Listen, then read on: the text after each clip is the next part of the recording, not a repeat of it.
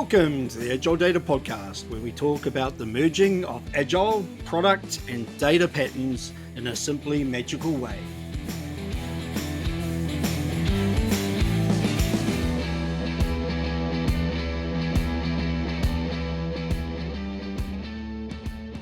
My first book, An Agile Data Guide to Information Product Canvas, is published on Amazon. If you hear your stakeholders say, "Hey, that's not what I wanted," and then you hear your team reply with, "But that's what you asked for," then you probably have a problem capturing data requirements. The Information Product Canvas is a pattern template that is a quick and simple way to solve that problem. Head over to agiledataguides.com and click on the green book link to buy a copy now.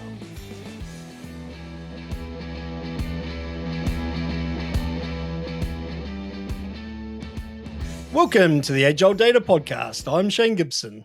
And I'm Ramona C Truta. Hey, Ramona, thank you for coming on the podcast today. Today, we have something slightly different because today I'm going to be the guest and you're going to be the host. So this is going to be a really interesting experience for me. But before we do that, why don't you give the audience a bit of background about yourself?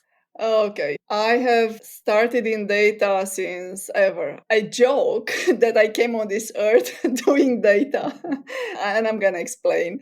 I've always been the kid who arranged all the fundraising, did all the financials. I was the trusted kid who really did every year all of that. And so it was data, right? Not Excel spreadsheets, but with pen and paper. And I loved math and always dreamed of becoming a math teacher. At that time in Romania, we had to pass an admittance exam. And I went to fill in the forms, and they had three separate options. One was in computer science, one was math, and the other one was applied math. And the idea is that everybody would write the same exam, and based on the mark that you get, you will be distributed in your section. So as I was filling in that form, a friend of mine told me, "Why don't you put computer science first? Because you can do with computer science everything that you can do with math and some." Of course, I wrote that first. I got a very high mark. I got into the computer science program, clueless as to what that meant. My first reaction to the first computer science class was this: x equals x plus 1. Now, for a mathematician like me, I was dead in the water. Let's just say I had a very terrible first computer science teacher, and I struggled. With the computer science for a while, and luckily for me, I excelled at math, so that really counterbalanced and all the logic and all those other courses. Long story short, I get to the databases course, and coincidentally at the same time with the probability and statistics, so that saved me. Fast forward, my first job out of university was working with data and Fox Pro. I worked for high school and I was preparing everything from design to implementation. The next job for a multinational, it was with Progress, another database job. And my first project that I was working on was doing black box testing. So this application that we're developing was for a Dutch company. And everything was in Dutch. I had to use two separate dictionaries because there was no Romanian to Dutch translation. I had to use English as an intermediary. I love that job, and they advanced me very quickly, put me in charge for the project. And that's the time when I got to a job in academia, which was actually my dream. And a funny tidbit, I had to do a lecture, part of the series of interviews, and my lecture was in data modeling. I always remember this. And I got to teach that. And then I met my future reason to move to Canada. I got a scholarship to come and do a PhD program at University of Toronto. And during that time, I was in the database group. So I continued with that. And my research was in XML, XQuery. So we did that kind of research at that time. And I started teaching the database courses at the computer science department at University of Toronto. And I've got to teach other courses, software engineering and other courses to make up the schedule. I've been doing that for a while. And then I stopped teaching and moved to a different university to do research. And I was the data person. And that is where I really got to practice all the things that I've been teaching and more. And to this day, I guess that was my absolute favorite job. Fast forward to today, what I am now is a facilitator of knowledge. This is what I'm calling myself these days. I just love to do that in the sense that I take the tech talk, like really what the technical people talk, and translate it into business talk and vice versa. And I talk a lot of strategy, especially in the data and AI era that we live. There's a lot of translation that is needed to be done. You probably have witnessed this yourself. A lot of people talk like they know everything, but it's just what I call the foam on the top of the cappuccino. And I'm the person that goes down to the caffeine.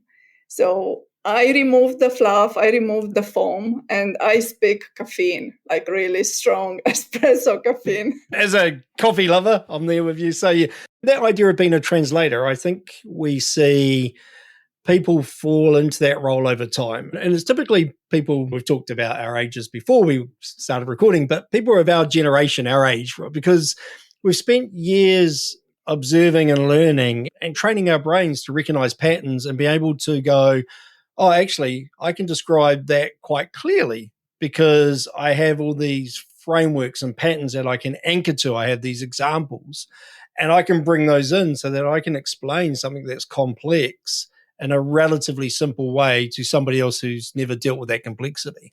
And I think that is a really important role, especially now with all the AI stuff coming. That ability to be able to provide that role is going to become far more valuable than it's ever been. Absolutely, Shane. And I'm really glad that you brought up our conversation prior to recording, because what we said, we've lived several decades and we've collected a lot of data points and data. We have these massive data sets, and now we can build those knowledge graphs of everything that we accumulated during this time. And while the new technologies may look new, but they are built on similar principles. And we have a system thinking.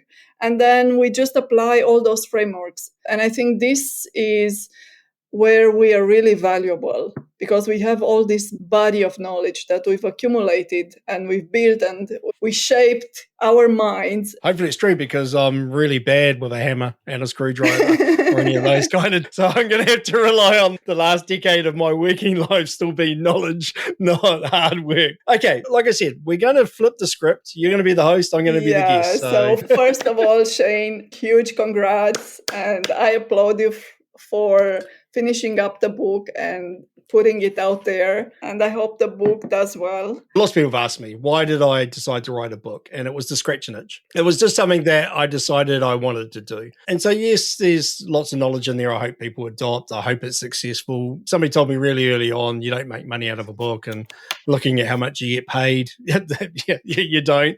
And so for me, it was about scratching an itch. And the other thing people said was, it's incredibly hard. Like, lots of people start and never finish. And it's been a few years, and now I understand why. It's really interesting. You don't really understand how hard it is. It doesn't seem that hard. Like, to just write a book doesn't seem that daunting at the beginning. Especially with ChatGPT, right? You just prompt it there and then the book writes itself, right? Yes. Yeah. And we know that there are books like that. Tell us a little bit about, first of all, the title and how you decided on this particular book. I know it's all about patterns, and I shared with you earlier that ever since I've met you and I've known you, it was all pattern this, pattern that, pattern the other. And come on, why does everything has to be a pattern with you? And it took me a while to understand what was a pattern to you. So take us to this journey, if you will. Yeah, so let's start off with patterns, right? There's a book that was written many years ago, A Pattern Language, and it was about patterns for building houses. And the concept of a pattern really is there's a common problem and there's a common solution that fixes that problem most of the time. And therefore, if you can articulate what that solution is to that problem, it becomes a pattern. If we think about a house, when we want to build a house, there's an inherent set of patterns in that house. If I want to build a lounge, I am typically going to have a room that is a certain minimum size. It won't be a cupboard, it'll be bigger than that. It will typically have, depending where I live, lots of windows and light. It'll have a place for couches and seats. It probably in the modern world will have a place for a television. It may have a heating source like a fire. If I compare the design of that room to a bathroom's typically going to have one window. And that window is probably going to be opaque because you don't want people peering in. If I live in a sunny place, I'm probably going to have a porch. I'm going to have an open space outside where I can sit and it has some form of shelter from the sun, but it's open, or it has a series of windows I can open. Each one of those is a pattern. It's a solution to where I want to spend most of my time during the day, where I want to go clean myself, where I want to sit when it's sunny and fresh. And that's what the book was all about, was describing these patterns for architecture. And if we think about that one more step, is if we were going to build a house, 9 times out of 10, we'd do architectural drawings. We'd do a blueprint. We would sketch some details that make us think about the layout and the patterns we're going to apply, and also give us something to follow and iterate as we learn some more things. And so for me, that was really intriguing. It was intriguing because a few decades ago, I had a consulting company. So the usual 5 to 20 people data and analytics consulting company. And I just get really frustrated that whenever we went into a new customer, we seemed to be reinventing the wheel. We're like, oh, let's start from scratch. And I saw a massive amount of waste and inefficiency when we did that. And so my natural reaction was to go to methodologies. Yeah, oh, we'll write a methodology. We'll write this book of rules and everybody would follow the rules. It was a freaking epic failure. Nobody followed the rules. The rules didn't work half the time because every context was slightly different. The amount of money we spent trying to write the methodology was waste compared to how much we got out of it. And so I got really frustrated. And then I lucked into this thing called Agile, which completely changes the way you think. Aligned with that came this idea of patterns, of small chunks of proven solutions for a common problem. And then what we call anti-patterns. The times that we know that pattern actually introduces more waste than the problems it solved. So when I first started to write, I thought about what I wanted to write because I had many goes at starting that failed. I sat back and went, oh, I'll just write this big book of patterns for data. And that's actually the first thing I tried to do. It was an epic failure in terms of the outcome, but it was brilliant in terms of the learning that helped me finally finish a book. Oh, okay. Why do you think that happened? What exactly made that failure happen? Or what have you learned from that? Aside from shrinking the knowledge and trying to fit something, did it change your perspective or your approach? What influenced the most and what made you change what you took with you and you carry with you in the future? So I think for me, it was understanding the way that I'm driven. Like I said, I had a whole bunch of false starts many years ago. Over many years, it was like, okay, I want to write a book. It's an itch. And then I start to do something and nothing would happen. And one of the things everybody tells you to do is write the outline of the book, write the table of contents. And for some people, that is a good approach. For me, it was an epic failure because what I kept doing was I kept rewriting the table of contents. I'd write the table of contents. I go, yep. And I'd write 2 paragraphs of actual content. And I go, oh, that doesn't fit the structure of the book. So I'd go and seriously waste more time restructuring the book. And after a while, I realized that was an anti-pattern for me, that create the table of contents. The other problem I had was I would write when I felt like it, and then I would not write. And that consistency was not a good thing. So I decided that what I needed to do was a forcing function that would make me write consistently and not worry about the content yet. And so when I do forcing functions, what works for me is make them public. So I said, I'm going to write 60,000 words in 6 months. So that's around about 10,000 words a month. I am going to, on LinkedIn, publish my word count as a recurring theme so that I can hold this metric to myself of how many words I wrote. I am not going to care about the quality of the words. I'm not going to care about what the words are. I am just going to prove that in 6 months I could write 60,000 words. And I did that. And I used Substack, and I created the Substack site called the Agile Data Big Book of Ways of Working. And that was just 60,000 words. Now, what was interesting about that is it forced me to research. So I would write about a pattern for, say, team design. And I'd go, yeah, okay, this is the way I design a team. Or actually, the example I used is agility. Because I'd go, I can't describe it. It's one of those things you go, what's agile when you feel like it? And that's not a great piece of content. So I started doing research, and then I found this research around fixed mindset and growth mindset, and a book by Carol Dweck all around that. And what I could do by doing that research and doing that reading is I could see the patterns that were anchoring me and where they might have come from. Because I can't remember where I read them. I read lots of books. I watched lots of things. I talked to lots of people. I experimented. But I couldn't see the genesis of where the idea came from. And that actually made my content better in my view, because now I could think about it more. I could rewrite and write some stuff. And for me, writing those 60,000 words was 6 months. It gave me a whole lot of process that I've used from then on, but also gave me a whole lot of content ideas and a whole lot of research. So that was the first step, 60,000 words of absolute crap to prove I could write 60,000 words. And I think that's when we first met, right? Around that time.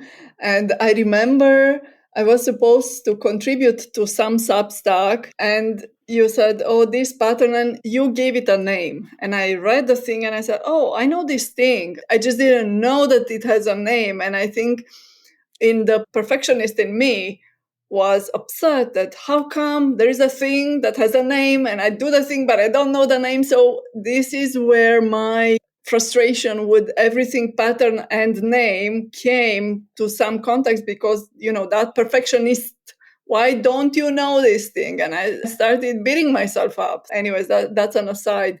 But it sounds to me like even in the first iteration where you were trying to come up with that table of contents, it really sounds to me like you are trying to figure out a pattern in the knowledge that you wanted. It's meta, the way I see it, that you try to approach everything from a pattern point of view, including the thing that describes the pattern. I don't know. In my mind, it looks like that. So I think now in hindsight, after a couple of years, Yeah. I think that's what I was doing, but I didn't know it at the time. And actually, again, so forcing functions are really important for me. Otherwise, I just won't get stuff done. I was the kid at school that was finishing his essay at 2 a.m. in the morning because he hadn't done it for the last 4 weeks. Yeah. And that really hasn't changed in the way I work. One of the things that was intriguing me was, why is it so hard to write a book? And one of the things I've got to now is actually the first book's hard, but the second book's harder. And so I've got a challenge on, can I write a second book in 6 months using the patterns that I've created for this book? So we'll see how that one goes. I don't think linearly. I don't think in a structured way. I think in chaos and randomness, and that's just the way I've always worked, and I am constantly distracted. So I had to find a writing technique that worked for that. And then I had to learn some new skills, because I lasted 6 months at university when I was a kid, and then I left and went to work. So I'd never really learnt the research skills that you get from a good university. So what I found was I could write, but I couldn't justify what I was writing. And therefore, I had to learn this whole new pattern of research. Whereas for you, I think you understand research intrinsically because you've done it all your life. And so you had that foundational piece that I didn't have. I think the second thing is, over the last couple of years, I tend to prefer to work with other people. I find it more invigorating. I find it more fun. I find having somebody else that I'm working with gives me those deadlines to force me to do that work. It's a forcing function. And I have tried multiple times to write this book with many different people, and every one of them was an abject failure. And it's really interesting. It's like, why? Is it me? Is it the book?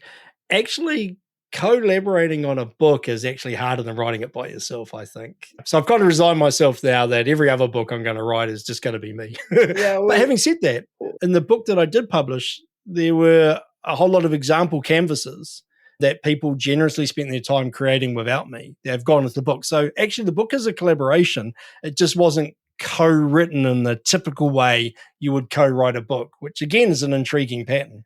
I was just going to comment that eventually you found your pattern to write this book, something that worked for you and the collaborators. And we have a few friends who wrote books, and probably they are agreeing with you on the side of having co-authors and collaborators. And it's hard in general when you work with somebody and having different styles, and it's not for everyone, and it's a different set of skills that is required, and always having to push towards your own issues, the other person's issues. I think the other thing is I'm highly opinionated, and I had a certain vision for the book, like the layout. The book is about the information product canvas, and that is an iteration of the business canvas. And I love the business canvas book when it came out, just the style, the form, and the function of it. So this book is an iteration of that style. It is more coffee table than it is textbook. And I think if I ended up with a true co-author, there would have been a hell of a lot of tension, because I don't think I'd be willing to give up the structure of that book. And in fact, the early feedback I got on the structure of that book was that it was crap. And it's going to be really interesting now it's published to see whether that's still true. But it's the book I wanted to write. And like I said, I wrote it to scratch an itch. Did you succeed? Hard scratch? Yeah, it's definitely a hard scratch. Yeah, I like the book more than I thought I would, which for me is a big compliment, because normally I do something and I hate it. Okay, so then it's a success. You achieved what you set out to do, yes? And you were happy with the result? Yeah, but a couple of years late. But let's go back a little bit in the process and see what other patterns we are identifying. You say several years later, but there was a purpose, or since you studied that fixed versus growth mindset, you had to transition towards more growth mindset than the fixed one. So that gave you plenty of opportunities. So just consider how much growth there is and how much you got out of that process on its own to achieve that kind of shift, because that is huge. And especially as we grow older, if we are a fixed mindset, then the older we are, the older we get, the much harder it is to shift to the other side. So I want to congratulate you on that and give yourself grace for it. It's a huge achievement. And I think, the fact that actually I finished it, because, I do tend to start some things and not finish them on a regular basis. Shane, let's admit that's a pattern that I don't know anyone who doesn't follow it. Let's put it that way. And especially now with AI, it's so easy to experiment. And I have a weekend, let me vibe code something. I know you're opinionated about that. I read what you wrote, because everything is so easy. And then you start something, and then the mind goes to the next thing and the next thing. And at the end of the weekend, okay, what do I have to show for? And this is something that I bring up more and want to talk about, the new paradigm or pattern, to use your preferred term, of learning how to learn. There's a lot of shift in how we learn now in this context. And for us, old-timers, we have a lot of knowledge, as we established at the beginning. And now with the vibe coding and all these tools that do a lot for us, we immediately can make connections. Oh, it's doing this, even though it's something that we never saw before. Code, we never want to learn and do it ourselves, but we have anchors. And there are things that we have knowledge about. We may not know syntax and stuff, but we understand what's happening. And then we can go and ask in a chatbot, hey, tell me more about this and teach me more about this, and then check my knowledge. I do that for myself. It's a lot of fun. And I don't know that I've ever been this enthusiastic about learning new things as I am now. We've got access to a knowledge base in a way we've never had before. I'm old enough to remember the Encyclopedia Britannica as the thing you used to have to go and look up when you wanted to understand what a thing was. You used to have to go to the library at school and get a book out and read it. And everything's changed. I think there's some interesting concepts out there now that with the advent of the LLMs and the GenAI and the access to that knowledge, that curators of that knowledge, humans that actually tell a story based on that knowledge in a different way, will actually become the more successful people. Having the knowledge is no longer good enough, because that knowledge is now available at a click of a button, type of a key. It's the way you tell the story that becomes intriguing. So we're going back to thousands of years ago to storytellers being the most valuable part of the tribe. And that's intriguing. So time will tell. Intriguing how? Because it goes back to an old pattern. It goes back to the storytellers and the way they told the story becoming more important than the holding of the knowledge. The articulation, the ability to have somebody else understand what you understand, to coach and mentor and teach, because the knowledge is just available to anyone. And it's just the way we transfer that knowledge. Going back to what I was saying at the beginning, that I'm a facilitator of knowledge and I'm a visual thinker and a systems thinker and all sorts of other things. And what I observed, a pattern, I observed this pattern that I have conversation with many people, just as you said, right? You talk to a lot of people. I read a lot, I see a lot, I consume a lot of knowledge. And suddenly it's all that chaos gets into an equilibrium and I get a visual, a simple sentence, but I get a picture. And that picture can be described in so many words and I can use it. It's a pattern or a framework on its own that I keep using and I keep finding usage for it, like the cappuccino thing. Or another one I came with was the puzzle versus Lego. In this highly siloed world we live, everybody is working on their own tiny piece of puzzle, and then they expect that they all get glued together somehow or everything fits, and expect to work like Lego, which no matter which Lego you buy, which Lego set, they will fit on top of another and you can build something. But that's not the reality. You know how Joe encourages everyone to write an article explaining why they write or their process. So I was 13, and in Romania, we had to give an exam at the end of grade 8 to go to high school. So we had to decide what kind of high school we want to go, etc. And at 13, I remember vividly, I had this conversation in the schoolyard with my Romanian literature teacher. And she asked me, so Ramona, what are you going to do, storytelling or math?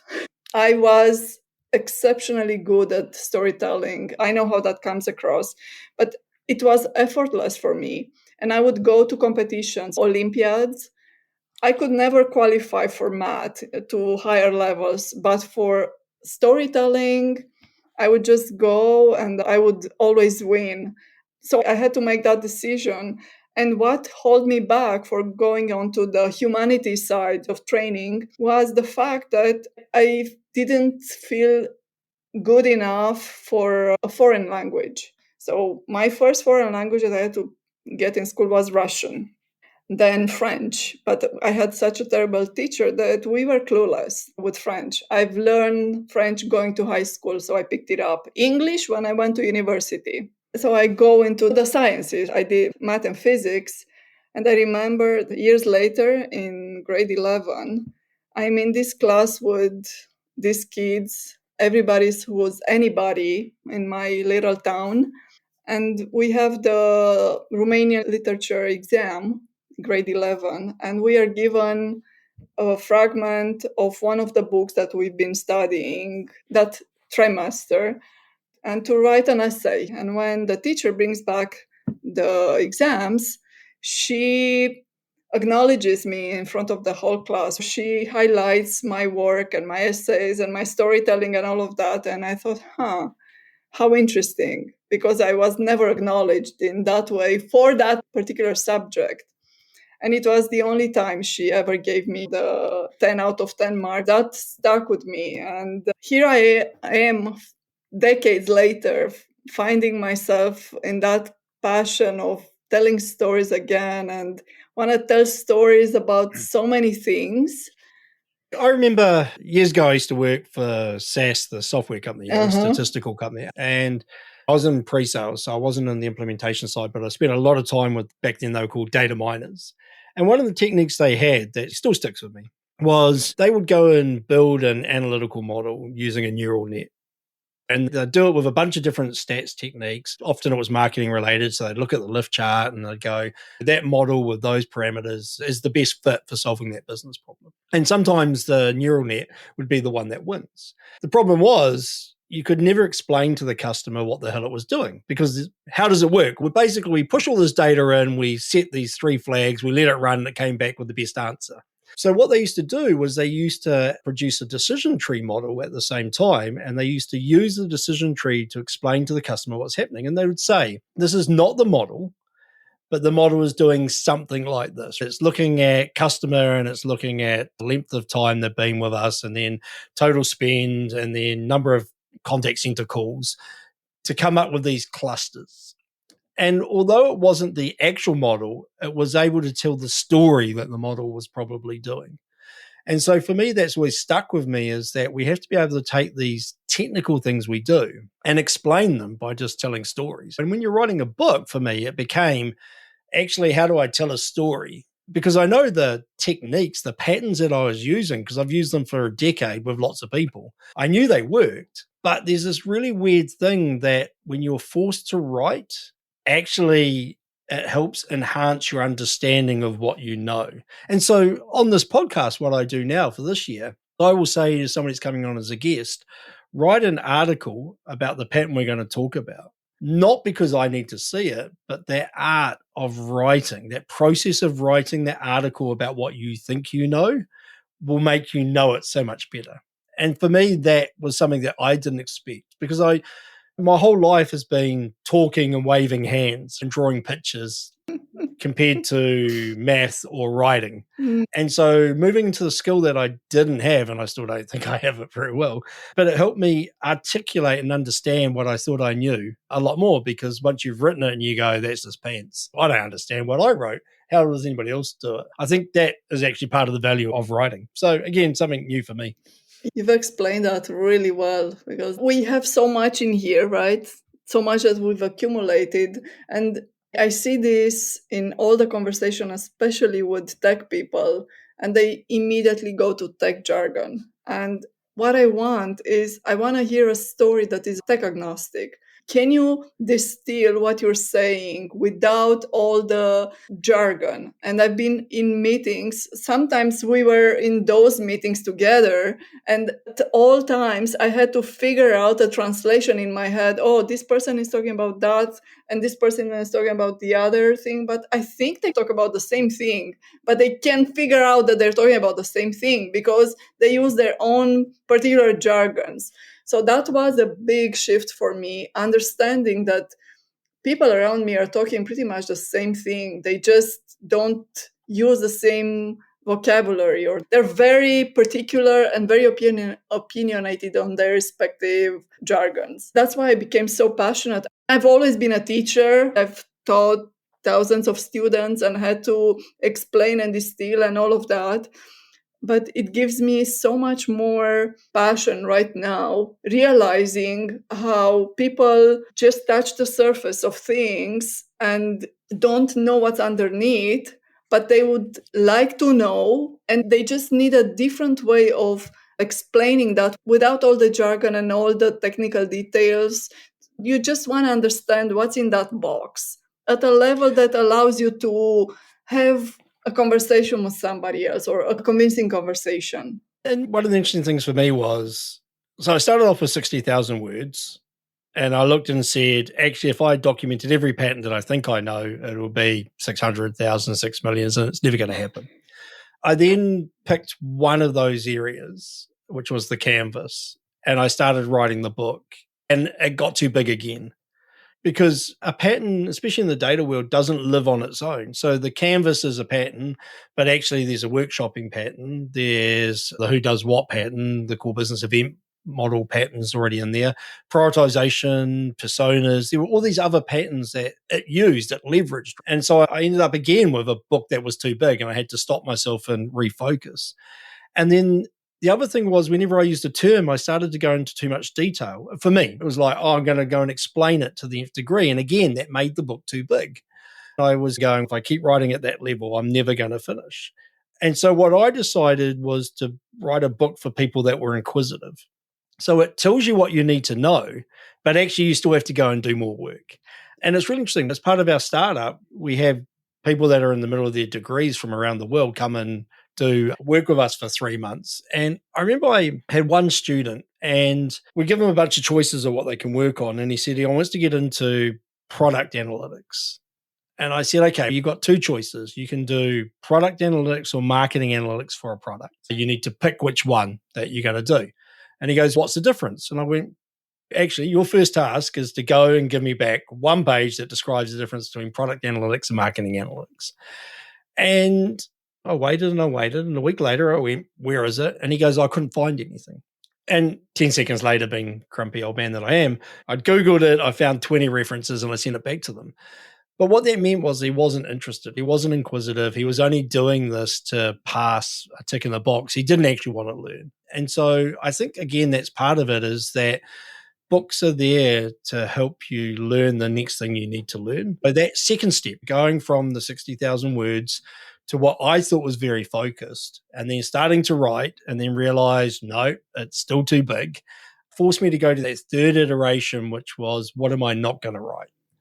And that was more important. The constraints-based model of I am not going to write about these things was the last thing that I had to understand in my writing process. So start really big, lots of stickies, complete chaos. Find something that looks like it coalesced into a great story that I could tell that was different to every other story that I'd read. Start to write that story and realize it's still too big. There's too many tendrils, the graph's got too many nodes, and then a constraints-based model to say, what am I not going to do?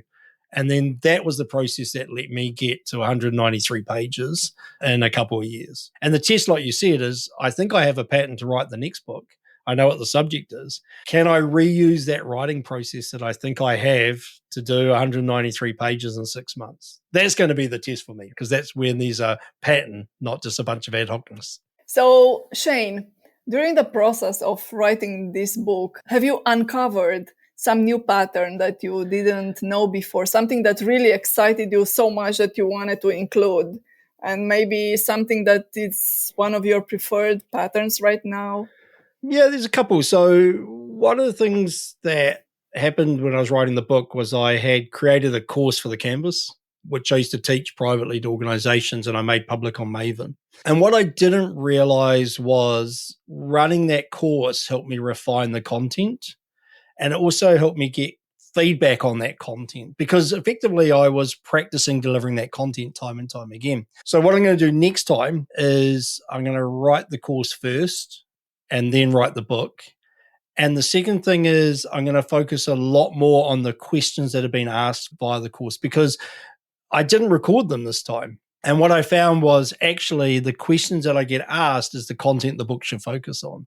So that's the first thing in terms of the writing process. Create that course, run it, iterate the content on the course as I'm iterating the content of the book, actually document or record the questions I get asked by the students, because that's telling me what I'm not articulating. The second part was the example canvases in the book have been done by a whole lot of collaborators based on projects they've done. And I hadn't written the book, so I had nothing to give them, and they hadn't been on the course. So what I did was I took them through the canvas as a quick half hour, here's how you fill it out, and then let them go off on their own and do their own canvas. And that was intriguing because they did it in ways I didn't expect. But there were also patterns across every collaborator. So, for example, in the canvas, there's a vision statement, and the last part of the vision statement is what's called unlike. So if we didn't build this information product, if we didn't deliver this data and information to the organization, what would happen? What's the alternative negative thing that would happen?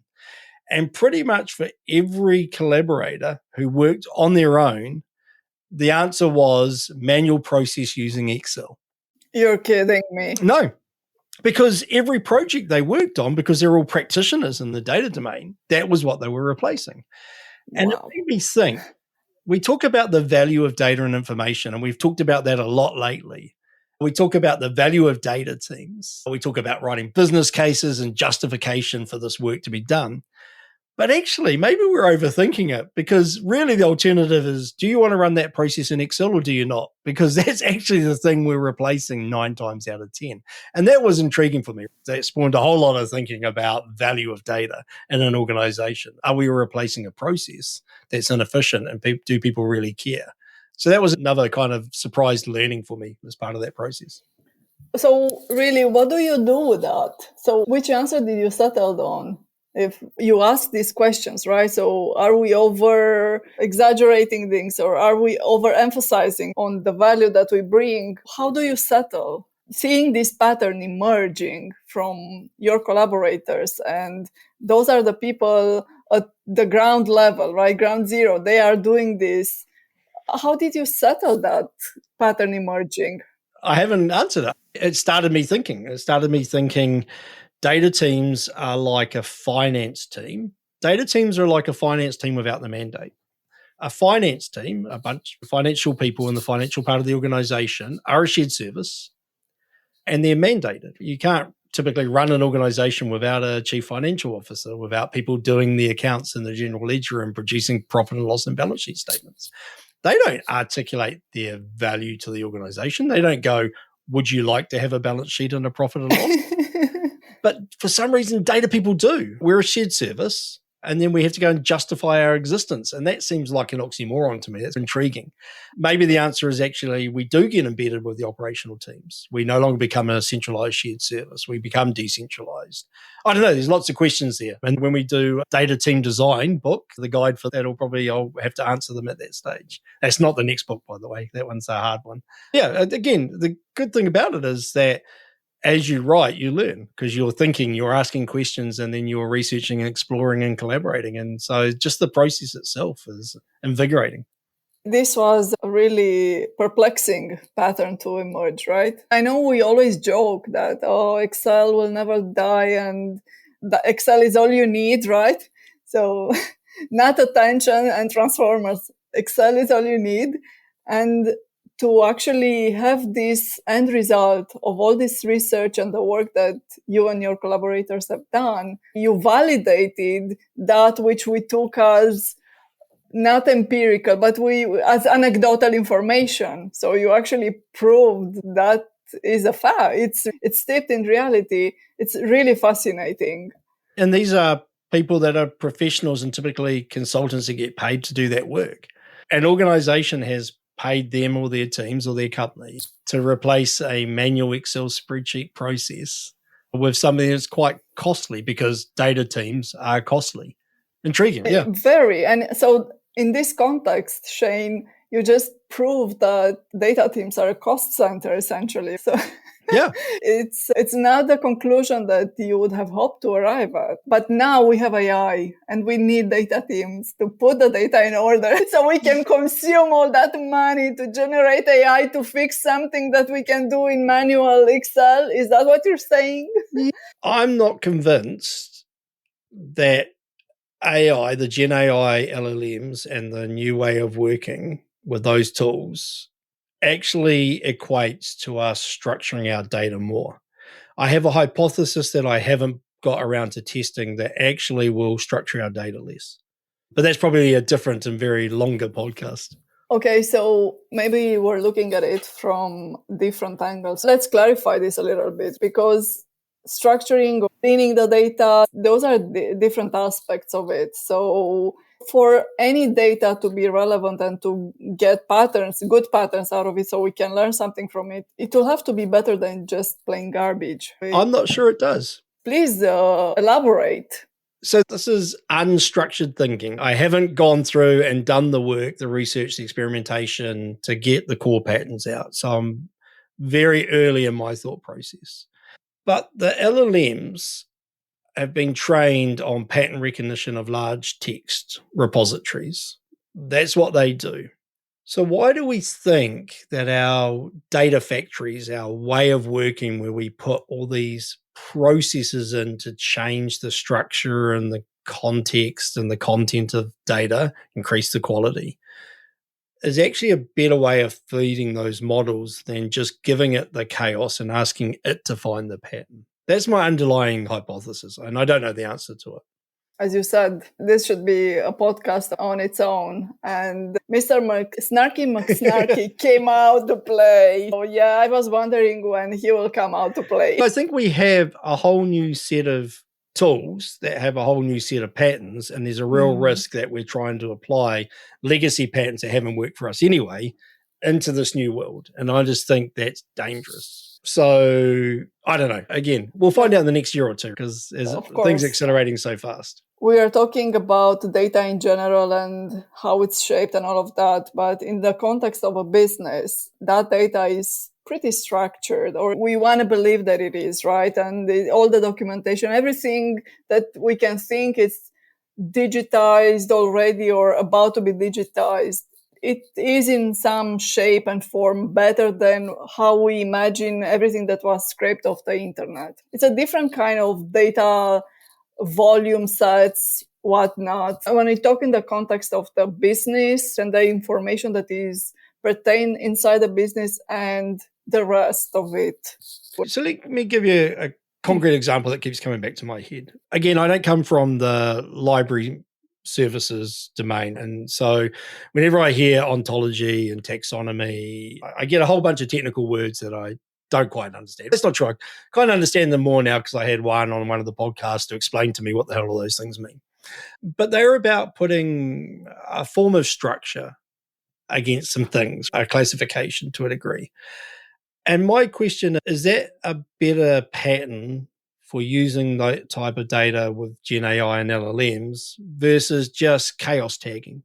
If I went in and just tagged the snot out of every piece of data that had any kind of value with any tag that it might be, and then put that chaos into the LLM, will I get a better result? And that's my question, is that actually there's more unstructured chaos to let it find the patterns. Is that better? For example, it's a difference between a k-means where I just throw all the data at it and say, tell me 4 clusters, versus a SQL statement where I put a if and else in to say, here's 4 clusters. I'm just intrigued on the difference of those patterns right now. And I think we are applying the tools that we know to a problem that we haven't proven. That's my view at the moment.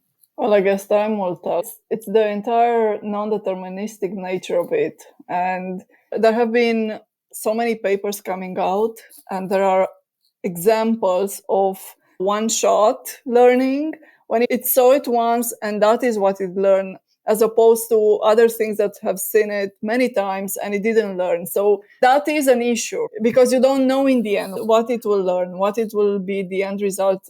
I'm on the structure part of the equation, and this is just how my brain works, and that is what makes sense to me. But I understand, and I know there is order and structure in chaos. You just have to find it.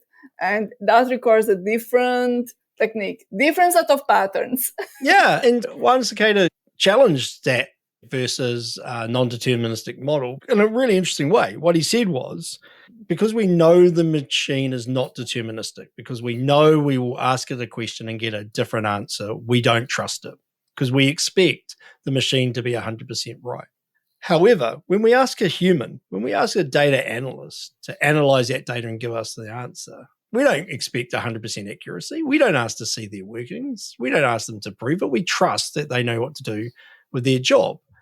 So there's this dichotomy between not trusting a machine but trusting a human, whereas actually a human is probably far more non-deterministic than a machine to a degree. And an example today on the practical data modeling Discord that I posted was I saw somebody post something on LinkedIn that said the technical tools that a data scientist use is Excel and Tableau. Like bollocks. The term data scientist should be the clue that there's some statty science involved. And they actually listed the stat skills that a data scientist needed. So they said the skills you need is stats, and they listed a whole lot of stats capability and patterns you needed. And then they said the tools is Excel and Tableau. And so I can look at that and I can go, that's a disconnect. That doesn't ring true to me. I don't believe that based on my experience. But how many other people would? And I think we seem to think that humans are infallible and we should trust ourselves, where actually we can't. Yet we won't trust the machine because we know it hallucinates. I'm intrigued again by that dichotomy. I don't know who created that, and there were some other issues there. If you went to the rightmost column with the GenAI engineer, and then there were some other typos there. Probably it was generated, who knows. But back to this idea of humans being more non-deterministic and the machines being non-deterministic. So why do we trust humans more than machines? I've heard Cassie talking about this. She wrote several articles on this idea that it's not that it's more non-deterministic, but there are a lot more correct answers. To go back to that, which one do we choose? Better out of all these good answers, correct answers, which one is more correct? So they are all correct. So how do you choose? How do you make decisions? And especially from a leadership standpoint, what do you do with all of that? You have to make decisions. You have to entrust in the end in something, and anchor and ground. What is the ground truth? What do you do? And it's an interesting point with humans. We have such a large spectrum. You put two different people with the same title next to each other, and you will need a translator in between them. We're just going to take the arguments we have about what is a semantic layer. My God. Our semantic argument on semantics. You were in that meeting, yes? I think so. And then you got what's a data product argument. And then in that meeting with the semantics, that, okay, what exactly are you talking about? Yep. From where I'm coming, from the academic side and the research, this is what I think of semantics. What are you talking about? And then it was complete silence, and I didn't know what to do with that silence. But because you can speak multiple languages, you are doing a form of semantic mapping. To be able to take Romanian and make it French or English or Russian, your brain has been wired to that mapping. And one of the things that I look back on my life and go, I wish I learned a language at 5 years old, a second language, because I think fundamentally that would wire your brain. Yeah, maybe 3, I don't know what the age is for the brain wiring, but to learn a second language fluently at a really young age, I think would wire your brain completely different and actually allow your ability to semantically map different patterns in the world to happen a lot faster than if you hadn't learned multiple languages. I'm intrigued by that one. My daughter, she is so interested in languages. Well, languages, and more into symbols and alphabets and scripts. So she had taught herself more than time scripts. She wanted to call herself a polyalphabet, so she's now a polyalphabet. And she explains it scientifically. So she did all this research prior to ChatGPT on her own, and she would tell me that sound and that phonetic and this and that, and wow. So it's all very systematic, and she found the rules. Patterns. I know I kept throwing patterns at you as an inside joke between us, but now I'm serious. She uncovered patterns, and she could figure out connections between a pattern in some script and patterns in the other script and how they translate. I'm realizing this in real time in my conversation with you right now. Oh, and she's multimodal, right? Because she's doing it with both text and audio. So yes. She's got the ability to be a multimodal. Yeah, and she really wants to stay away from AI. And Joe talks about his own kids and how they insist on not being influenced by AI and what is this doing and that. And we on the other side, we embrace it and we see how much help we get. And that's another pattern emerging. I think because we've had to do the hard work ourselves, therefore I think we can leverage the tool. I wonder if you grow up with knowing nothing other than GenAI and LLMs as your way of getting access to the patterns in the world.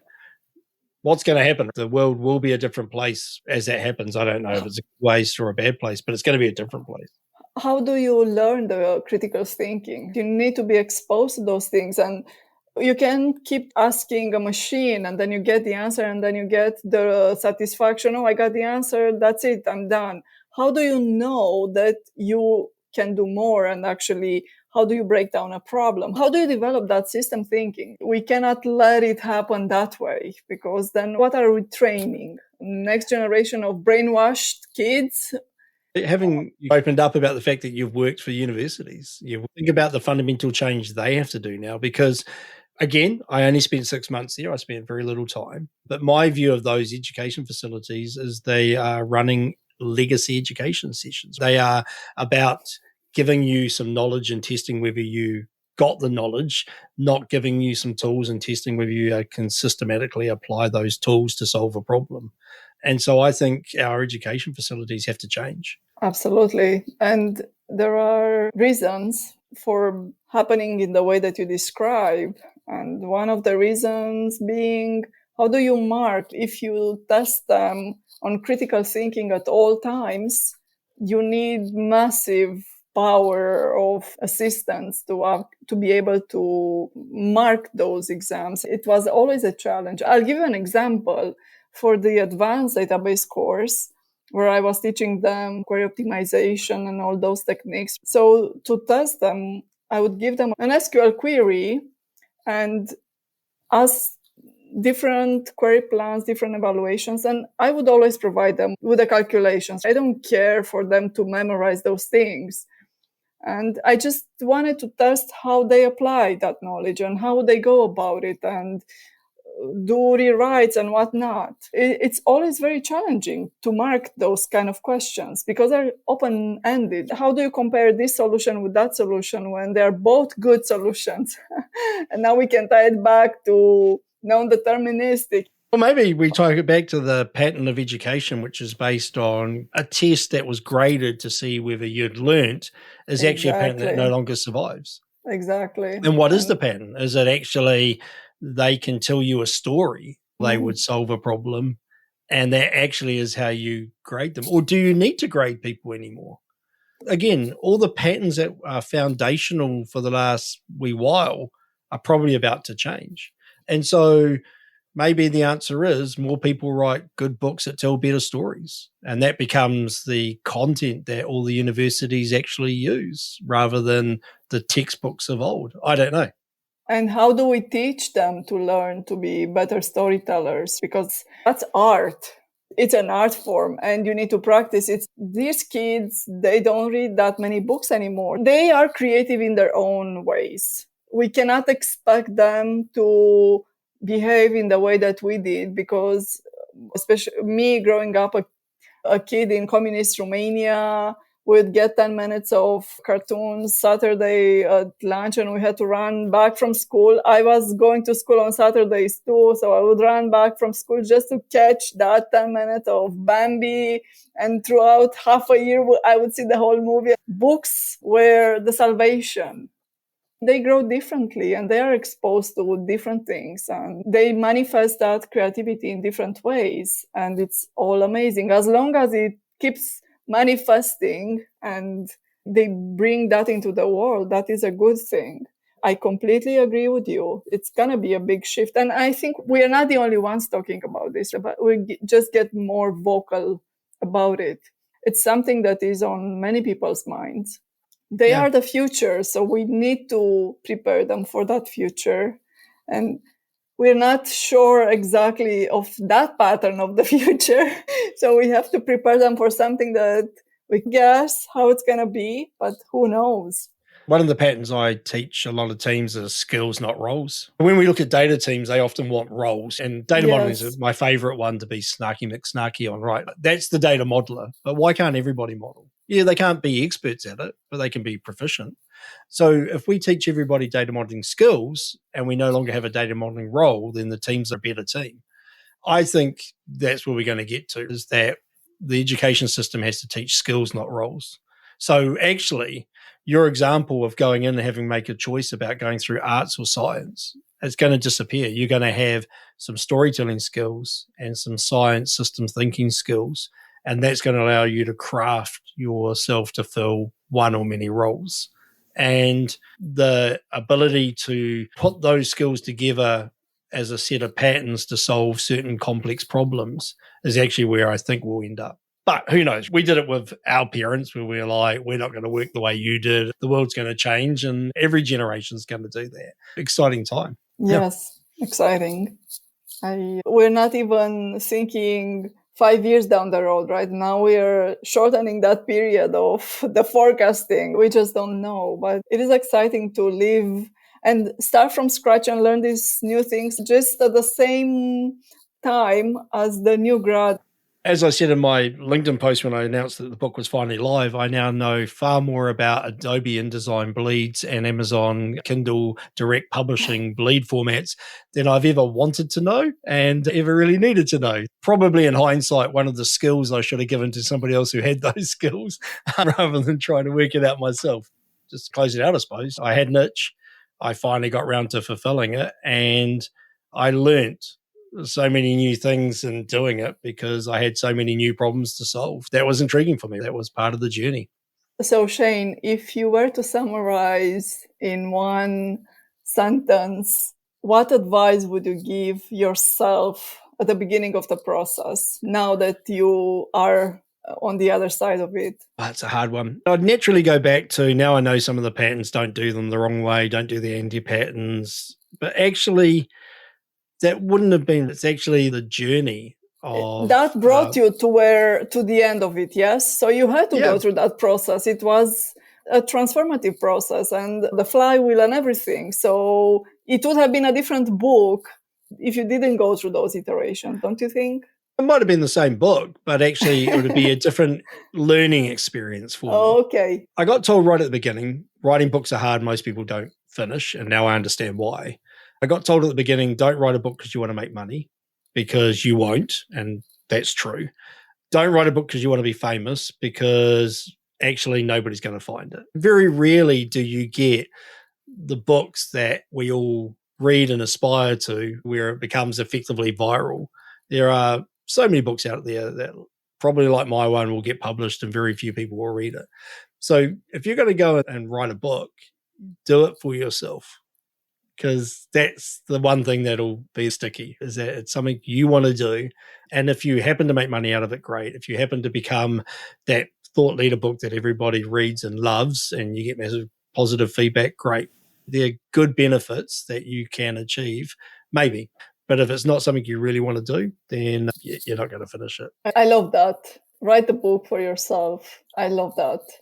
Yeah, because once you've got a printed copy and it's sitting on your desk and you pick it up in 6 months' time, it should be something you're happy with, because it's a lot of blood, sweat and tears to get those bloody words on a page. I wrote a book when I was very young, and there are 2 copies, mine and the co-author. And that is because the publisher screwed us over big time. I got to say that I've self-published. That was hard, but I think it's the right choice. Hearing some of the horror stories about publishers, and again, that was one of the learnings I had, was I somehow thought if you used a publisher, they did a whole lot of heavy lifting for you.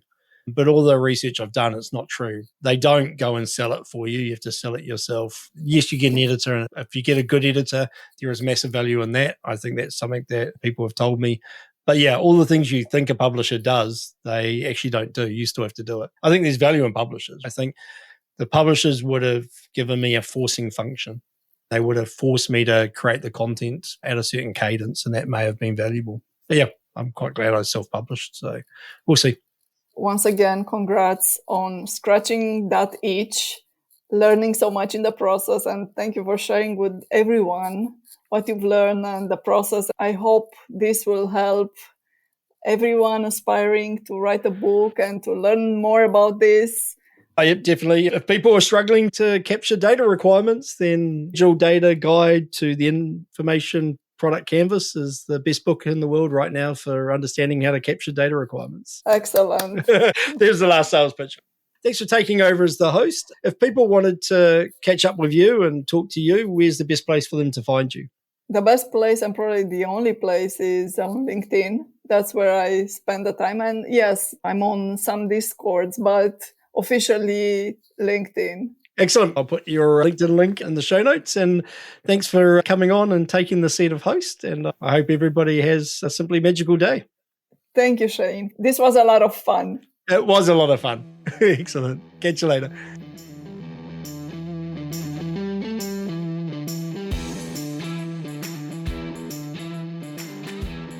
And that, Data Magicians, was another Agile Data podcast episode. If you want to learn new patterns that you can apply to craft your own Agile Data way of working, head over to agiledata.io.